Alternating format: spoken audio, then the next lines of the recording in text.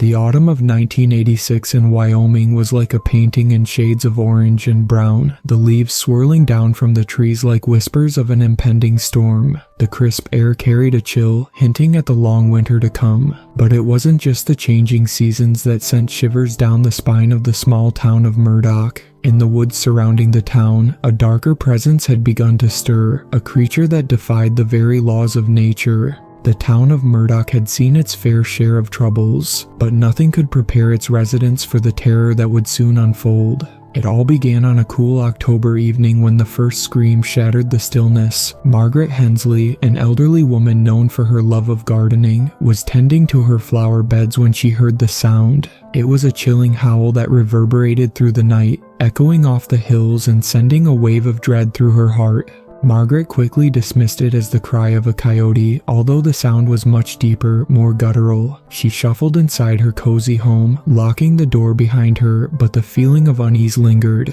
Little did she know, the howl was a harbinger of horror, a warning that the nightmare was just beginning.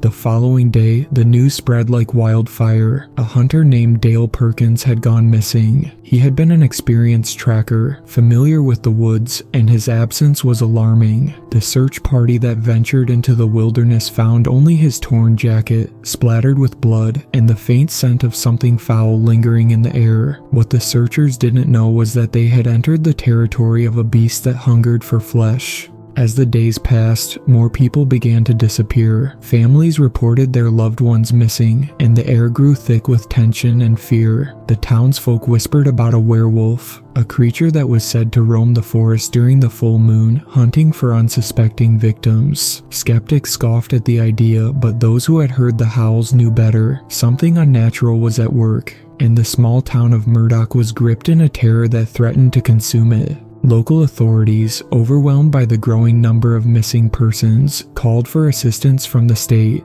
Among those who answered the call was me, Deputy Sheriff Cole Jensen. I had spent the last 10 years patrolling the rugged terrain of Wyoming, dealing with everything from poachers to drunks, but nothing could have prepared me for what lay ahead. I was a skeptic, but when I arrived in Murdock, the palpable fear in the eyes of the townspeople shook my beliefs to their core. That evening, as the sun dipped below the horizon, casting long shadows over the landscape, I joined the search party assembled at the town hall. The air was thick with anxiety. We gathered around a makeshift map of the area, pinpointing the locations where people had gone missing. Whispers filled the room as the townsfolk shared their encounters. Howls in the night, glimpses of a massive figure moving swiftly through the trees, and an overwhelming feeling of being watched.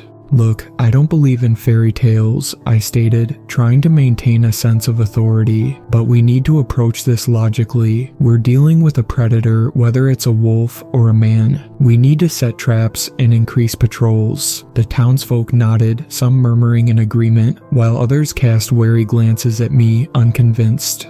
As night fell, we divided into groups to comb the surrounding woods. Armed with flashlights and rifles, we ventured into the darkness. The crunch of leaves underfoot was the only sound, the usual chorus of crickets silenced by an oppressive stillness. My heart raced as we pushed deeper into the trees, the shadows growing darker and more foreboding. Suddenly, a chilling howl pierced the night.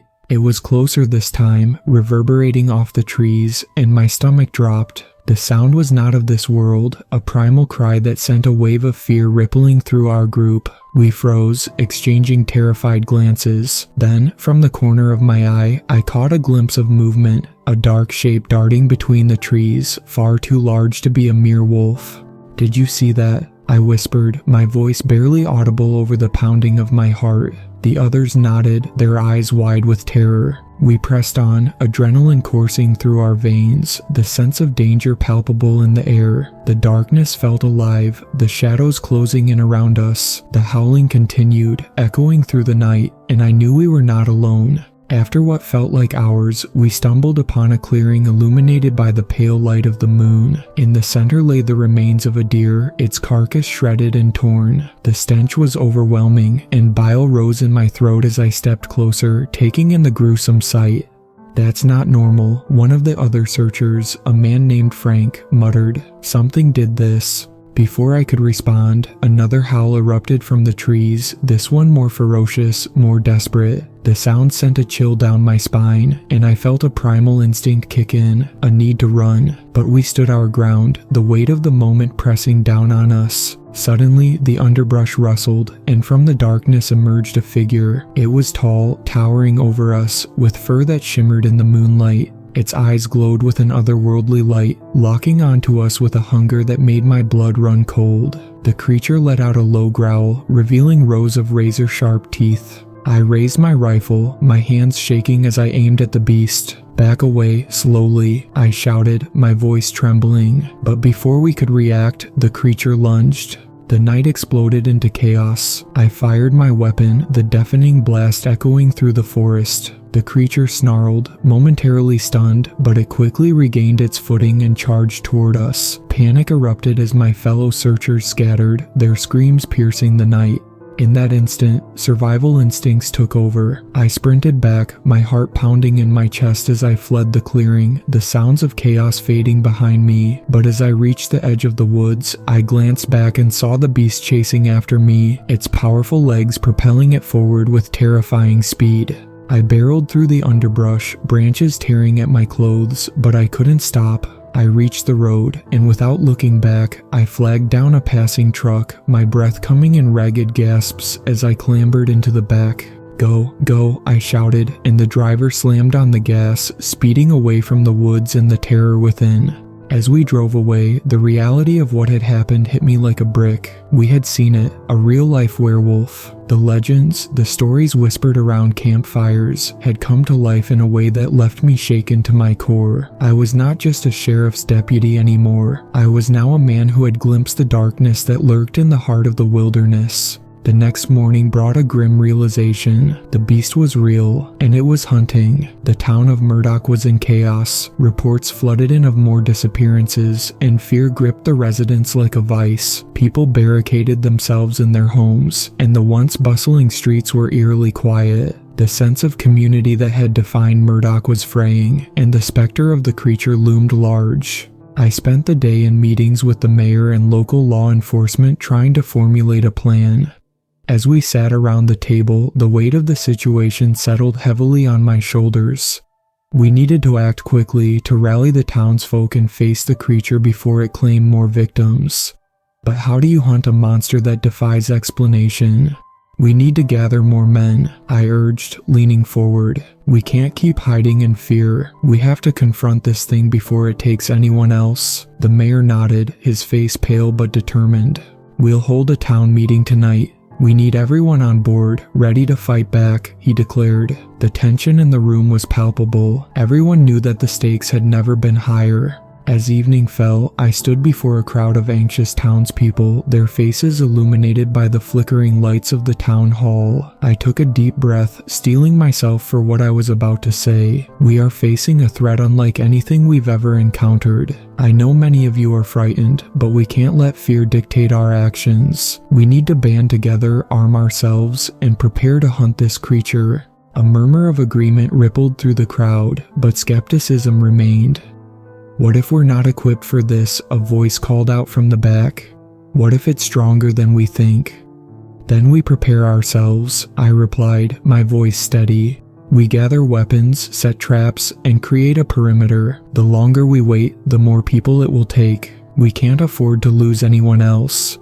With the meeting concluded, we divided into groups, each assigned different tasks. Some headed to gather supplies, while others began to construct makeshift traps around the perimeter of town. I took a small group of men to the local gun shop, determined to arm ourselves for what was to come. As we entered the dimly lit shop, the scent of gun oil and metal filled the air. The owner, an old friend of mine named Gus, looked up, his expression grim. "You here for more than just a few boxes of ammo?" he asked, his tone serious. I nodded.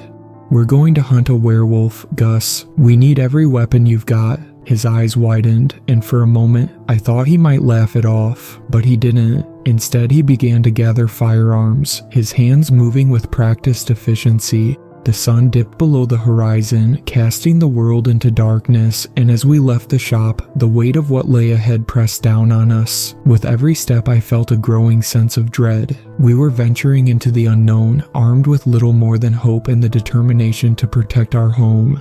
By midnight, we had set up a network of traps in the woods surrounding Murdock, hidden amongst the trees and underbrush. We stationed lookouts at key points, their eyes scanning the darkness for any sign of the creature. The howls had grown fainter, but the fear remained, a tangible presence that clung to us like fog. As we settled in for the night, I couldn't shake the feeling that something was watching us. I paced back and forth near the edge of the woods, the hairs on the back of my neck standing on end. The silence was deafening, interrupted only by the rustle of leaves and the occasional call of a distant owl. Then, as if in response to my unease, a low growl rumbled from the depths of the forest. My heart raced as I turned to face the sound, adrenaline coursing through my veins. The growl deepened, reverberating through the night, and I knew the creature was near. "Everyone stay alert," I shouted, my voice slicing through the stillness. "It's here." The men around me tensed, their eyes wide with fear. We had prepared ourselves, but nothing could truly prepare us for what lay ahead. The air grew thick with tension, and I felt the presence of the beast closing in, its hunger palpable. Without warning, the creature burst from the trees, a massive figure silhouetted against the moonlight. It lunged toward us, snarling, its teeth glinting like silver in the night. We fired our weapons in a chaotic flurry, the sounds of gunfire echoing through the woods.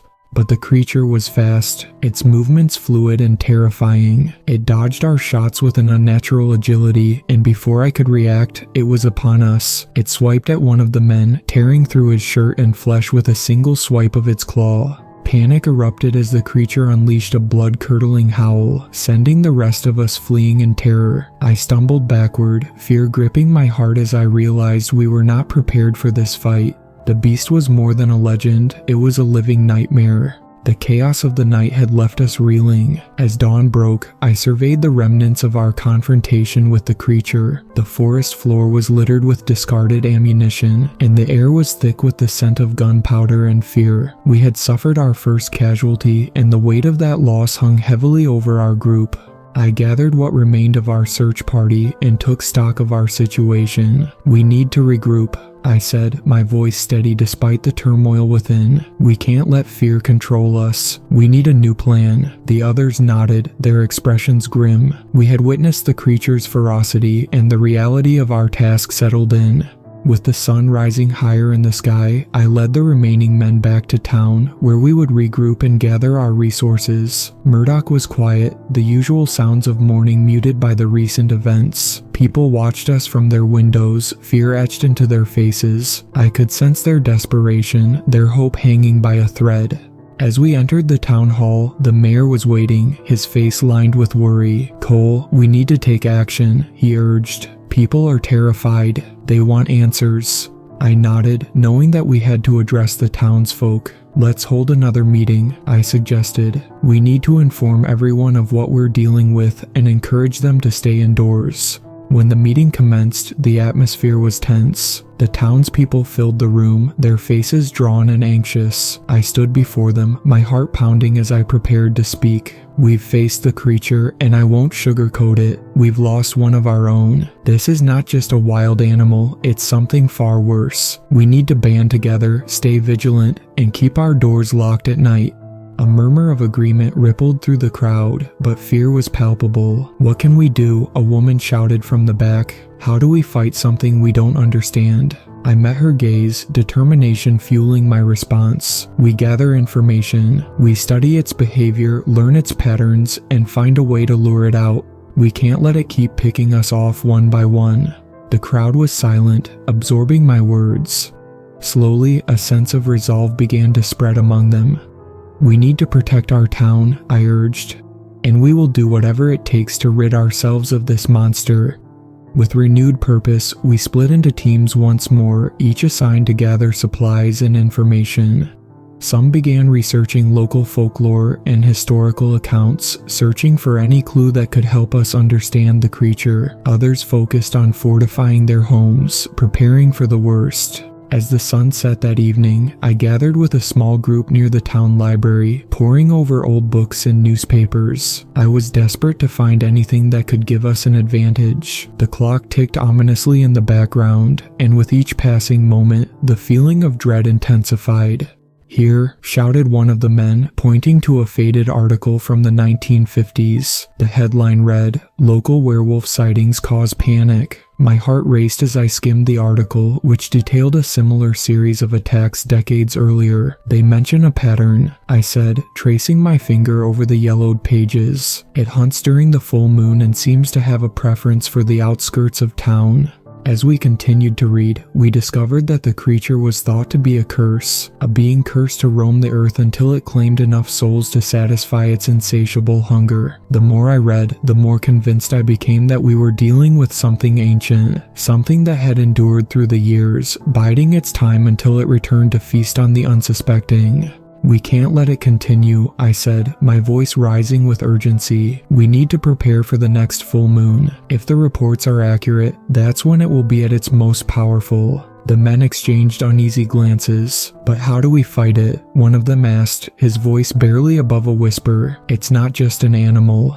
I took a deep breath, my mind racing. "We need to find its lair. If we can locate where it rests during the day, we might be able to catch it off guard. We set traps and prepare ourselves for a confrontation." The group nodded, their resolve hardening. As we discussed our plan, the shadows in the library deepened, and I felt a sense of foreboding wash over me. The creature was out there, lurking in the darkness, waiting for its next opportunity. That night, we set out once more into the woods, this time with a clearer purpose. Armed with flashlights and weapons, we ventured into the heart of the forest, determined to find the beast's lair. The moon hung low in the sky, casting an eerie glow over the landscape, and the sounds of the night felt heightened, each rustle and snap echoing in the stillness. As we pressed deeper into the woods, I felt a sense of unease. The air was thick with tension, and the howls that had haunted us before were now replaced by an oppressive silence. We moved cautiously, our breaths shallow, every sense on high alert. Then, as we approached a clearing, I spotted something glinting in the moonlight. A cluster of bones, scattered and gnawed upon. My stomach turned as I recognized the remains of various animals, a grim reminder of the creature's predation. "This must be it," I whispered, my heart pounding. "We need to set up traps around here." The men quickly set to work, using ropes and makeshift snares, while I took stock of our surroundings. As I scanned the area, I caught sight of movement in the shadows, a flicker of fur. My heart raced as I turned to alert the others, but before I could speak, a guttural growl filled the air, echoing through the trees. It was close. The growl reverberated through the clearing, sending a jolt of fear coursing through me. I raised my weapon, my heart hammering in my chest as I scanned the shadows. The creature was close, and it was hunting us now. "Everyone, stay together," I shouted, my voice cutting through the thick tension. The men clustered around me, weapons at the ready, their faces pale with fear. The growling grew louder, echoing off the trees like a death knell. From the shadows, the creature emerged. A hulking mass of muscle and fur, its eyes glinting with an insatiable hunger. The air crackled with tension as it stepped into the moonlight, revealing its full form, a monstrous blend of wolf and man, standing nearly 7 feet tall. My breath caught in my throat as I took in the sight,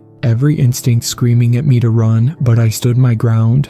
With a feral snarl, the beast lunged at us, and chaos erupted. We fired our weapons in unison, the gunshots ringing through the night like thunder. The creature dodged our shots, moving with an unnatural grace, and before I could process what was happening, it was upon us. One of the men fell to the ground, screaming as the creature's claws raked across his chest, blood spraying in a sickening arc. The sight ignited a primal rage within me. I had to protect my friends, my town. I aimed carefully and pulled the trigger, the shot echoing through the clearing. The bullet struck true, hitting the beast in the shoulder. It let out a pained roar, but instead of retreating, it charged forward with renewed fury. The creature was relentless, its rage palpable as it swiped at us with claws that could shred flesh in an instant.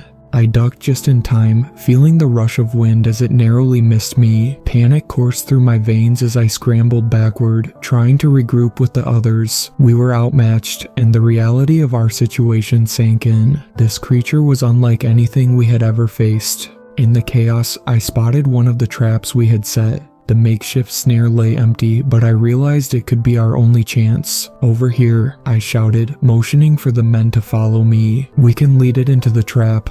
With adrenaline surging, we began to maneuver around the creature, firing our weapons to draw its attention. The beast snarled, its eyes locked onto us, and I could see the intelligence behind its rage. It was a predator, calculating and fierce. As we drew closer to the trap, I could feel my heart pounding in my ears. The creature lunged at one of the men, knocking him aside like a rag doll. I didn't hesitate. "Now," I shouted, and we pushed forward, trying to maneuver the creature toward the snare. With one final, desperate move, I threw myself toward the trap, reaching for the rope that would activate it. The beast was closing in on me, its breath hot and fetid as it prepared to pounce. I pulled the rope just in time, and the trap snapped shut, ensnaring the creature's leg. It howled in rage and pain, thrashing against the snare, but it was too late. We had caught it off guard. The men rushed forward, using everything we had to subdue the beast. I fired again, aiming for a vital spot, and the creature let out a deafening roar, its struggles growing weaker. But even as we fought, I felt a twinge of doubt. This wasn't just a beast. It was a creature of legend, a being that had endured for generations. "We need to finish this," I said, my voice steady despite the chaos. "If we don't, it will just keep coming for us." With that, we unleashed a final barrage of bullets, striking the creature until it finally fell to the ground, its body shuddering as it succumbed to the wounds. The clearing fell silent, the air thick with the scent of blood and gunpowder. As I approached the fallen beast, my heart raced. It lay there, the moonlight illuminating its massive form, and for a moment, I was struck by a sense of awe. This was the creature that had haunted our nightmares, the thing that had claimed so many lives. But beneath the surface, I felt a pang of sadness. What had this creature been before it became a monster? I knelt beside it, studying its features. It was beautiful in a horrific way, a tragic reminder of the thin line between man and beast.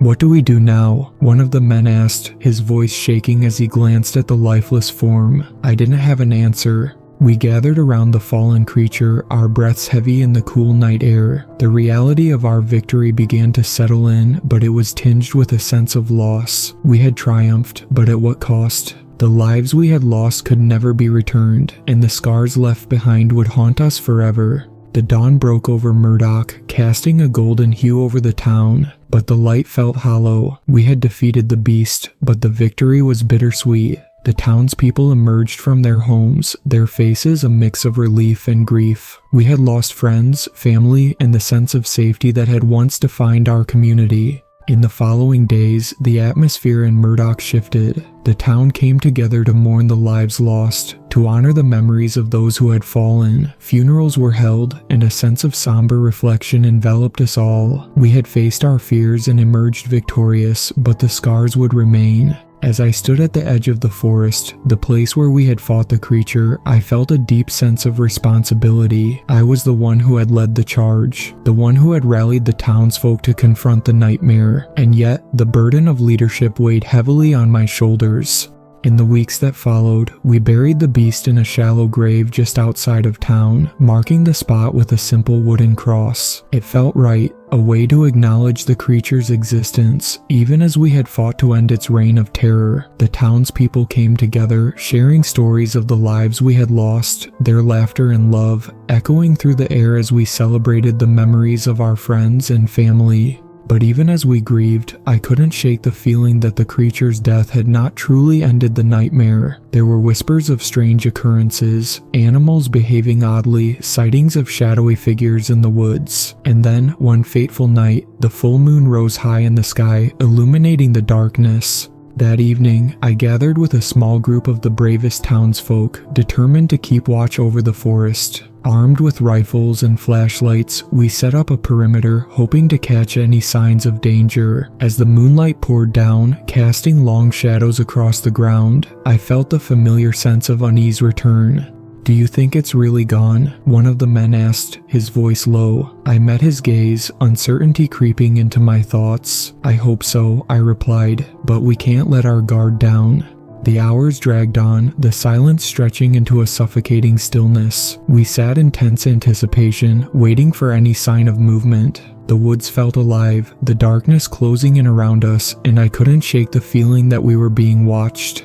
Then, as the clock struck midnight, a distant howl echoed through the trees, a chilling, haunting cry that sent shivers down my spine. The sound pierced the night, and I felt a rush of adrenaline. "Did you hear that?" I whispered, my heart racing. The others nodded, their eyes wide with fear.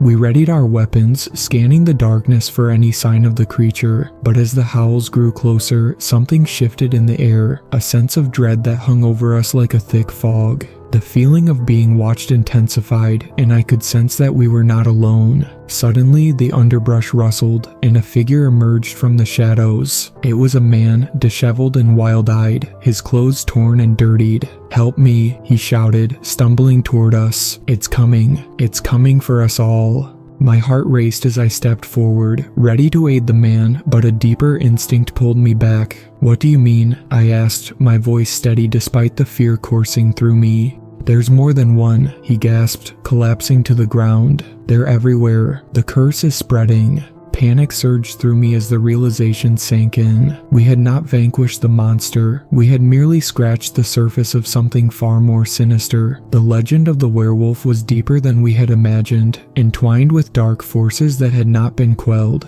"What do we do?" one of the men asked, his voice trembling. "We gather everyone," I replied, determination fueling my words. "We can't let this spread. We have to confront this before it's too late." As we rushed back to town, the sense of urgency consumed me. The townsfolk needed to know that the threat was far from over. We were in a fight for our lives, a battle against a darkness that would stop at nothing to claim us. When we reached the town hall, I stood before the gathered crowd, my heart pounding. "I need your attention," I called out, the room falling silent. "We have a situation. There are more creatures out there, and we need to act quickly." Gasps filled the air as I recounted the encounter with the man, the warning about the curse. "We must band together, reinforce our defenses, and prepare for the worst. We cannot let fear control us, but we must face this head on." The townsfolk exchanged worried glances, but resolve began to set in. "What can we do?" someone shouted, and I felt a wave of determination wash over me. "We strengthen our perimeter, arm ourselves, and gather supplies. We'll create a plan of action to combat this curse before it spreads beyond our town. Murdock will not fall to darkness." With that rallying cry, we set to work, united against the threat that loomed over us. The fight was far from over, and as the moon hung high in the sky, casting its eerie light over Murdock, I knew that we were ready to face whatever came next. The battle for our town had just begun.